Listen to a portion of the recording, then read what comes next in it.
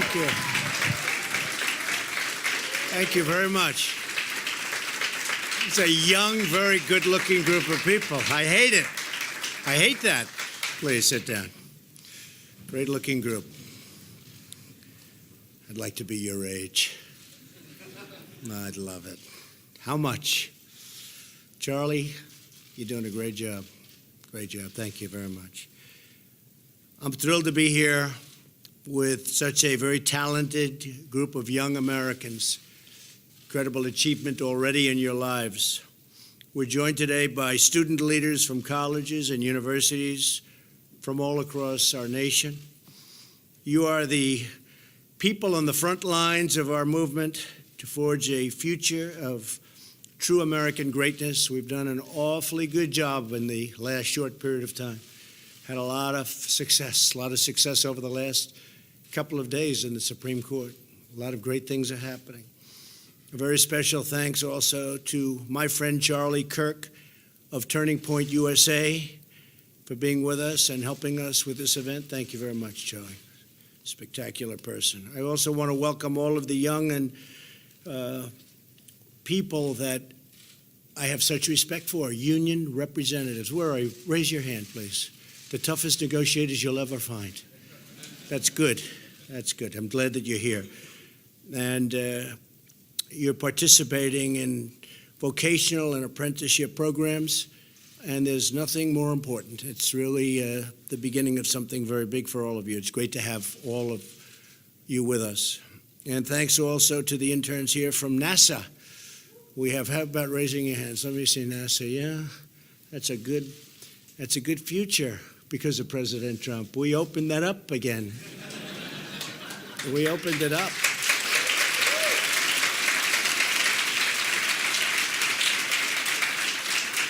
NASA was heading in, I was going to say the wrong direction. It was heading in no direction. There was nothing happening, and now it's happening. And you heard me the other day when I was talking about it. Let the rich guys do it. We have all these rich guys. They love rockets.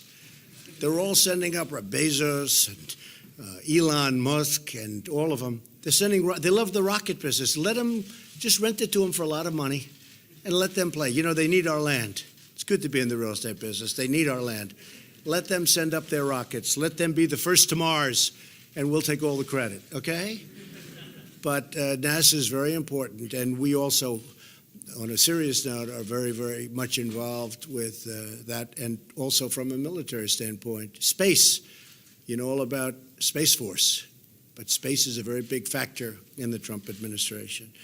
Very important for defense. Space Force. Each of you represent the future of this nation.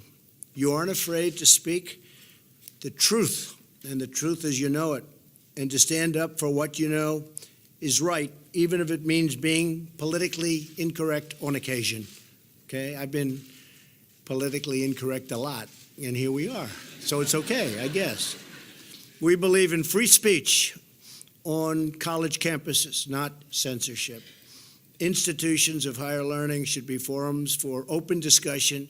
Either way, you could be liberal, you could be conservative, you could be Democrats, Republicans. Hear it all out, and you make your choice. You may not agree with me on things. Some people don't, some people do. But you have to have free speech. You bring fresh eyes to old problems because as young people, you're not burdened by the failed thinking of the past. And you really have to say some of the failed thinking. Some of it's been very good. You understand that for a nation to be successful, it must have a strong military, and it must have strong borders and security inside our country. And we've just had $700 billion approved, the largest ever for our military. And next year, we already have it approved, $716 billion. And we will shortly be stronger than we ever were before. So important. Hopefully, we never have to use it. We don't want to use our military for that. We want to keep training, but never have to use it. But if we have to use it, nobody's going to come close. You have to believe in protecting the entire Constitution, as written, including the right to free speech and the right to keep and bear arms, Second Amendment. You know that a nation must be proud of its history to be confident. And a nation has to be confident in its future. And you know that we must honor and respect our great American flag, which we do. Everybody in this room does. We're citizens of the freest, strongest, and greatest nation on earth. Also, I can say, greatest nation ever to exist, and we're getting stronger every day. I have to say, you're in the prime of your life. Actually, most of you aren't even in the prime of your life. You'll be in the prime of your life in about 15 years. I'm going to make it as long as possible. But you're doing a fantastic job, and your life has been a truly exciting one. I know a lot of the stories in this room. Our economy is booming, confidence is soaring, and there has never been a better time to be young and to be American.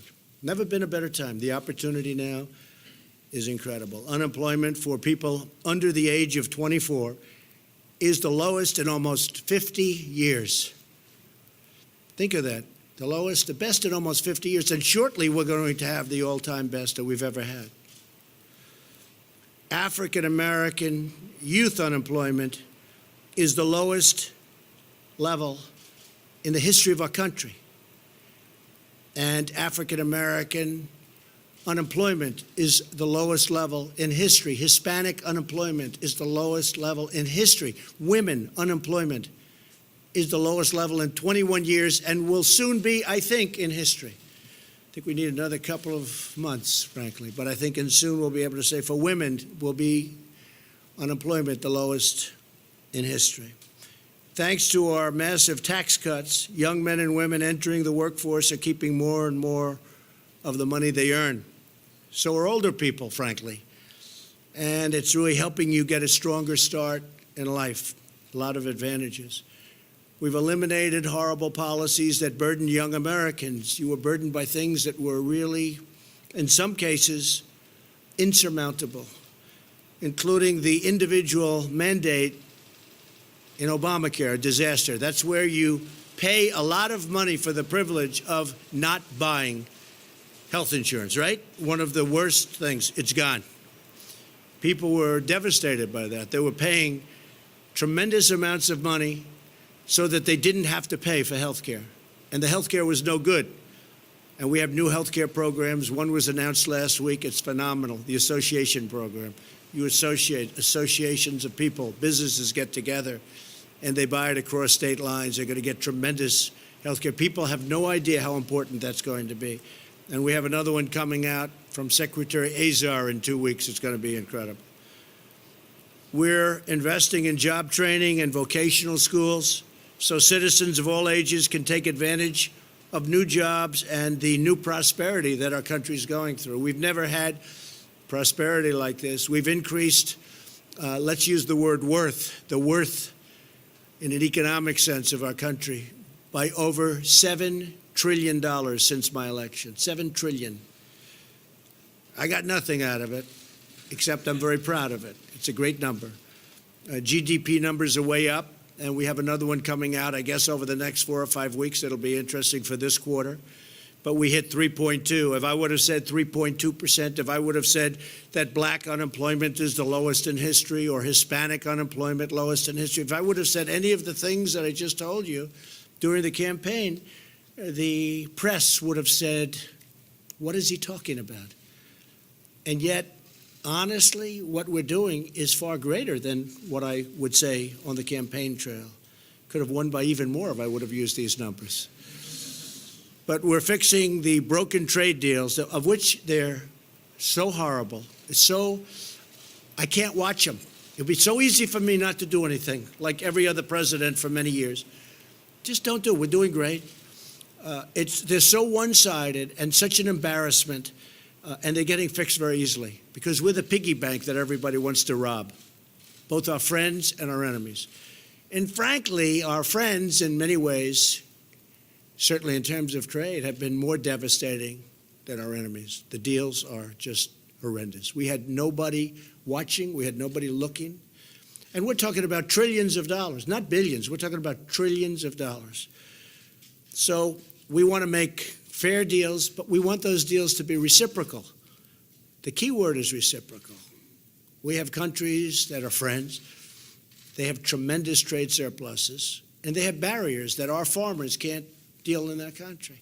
And yet they'll send us millions of cars and make a fortune. European Union. We love the European Union. They make $151 billion a year. $151 billion. There's no company like that. This is just the European Union. And then we have more, and we're working with China now, and I think hopefully that'll get straightened out. But that was anywhere from 375, depending on the way you want to count it, 375 to $500 billion a year loss. It's time for us to get smart.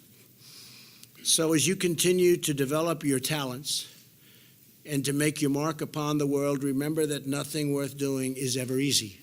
You'll have bad moments. I used to give speeches on success. I don't give them anymore. That's what they like the best. You got to love what you're doing. And if you don't, just do something else. Find what you, especially at your age, you have to love what you're doing. You'll never be successful unless you get lucky, which could happen. But if you don't love what you're doing, find something else. If you don't love NASA, if you don't love space, do something else.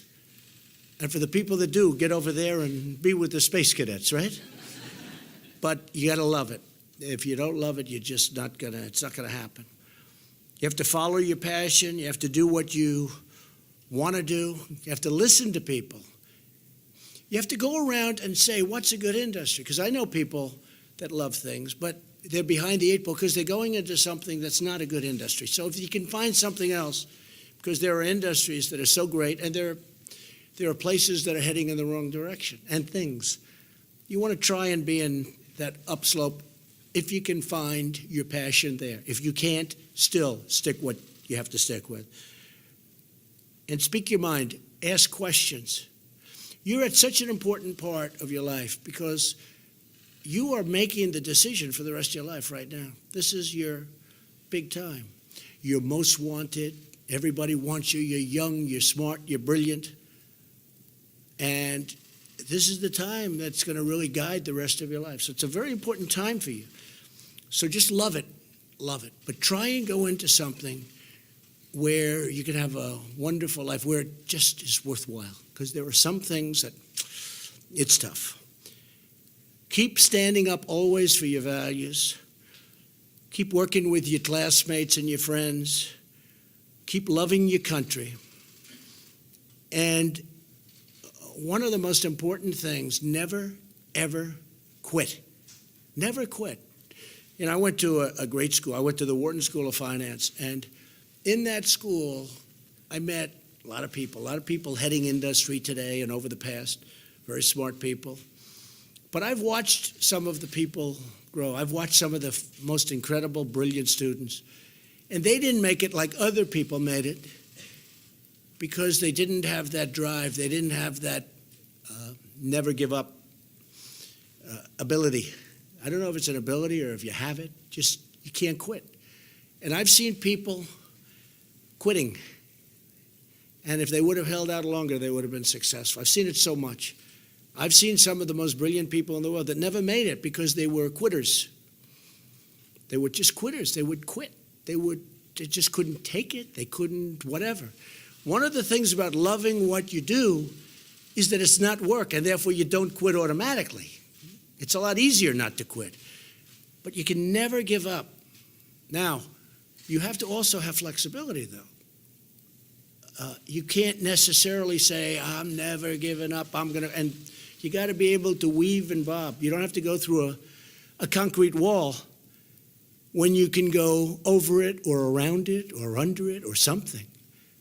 You have to have flexibility. You have to always be able to change course a little bit, maybe always with that same goal, but don't quit.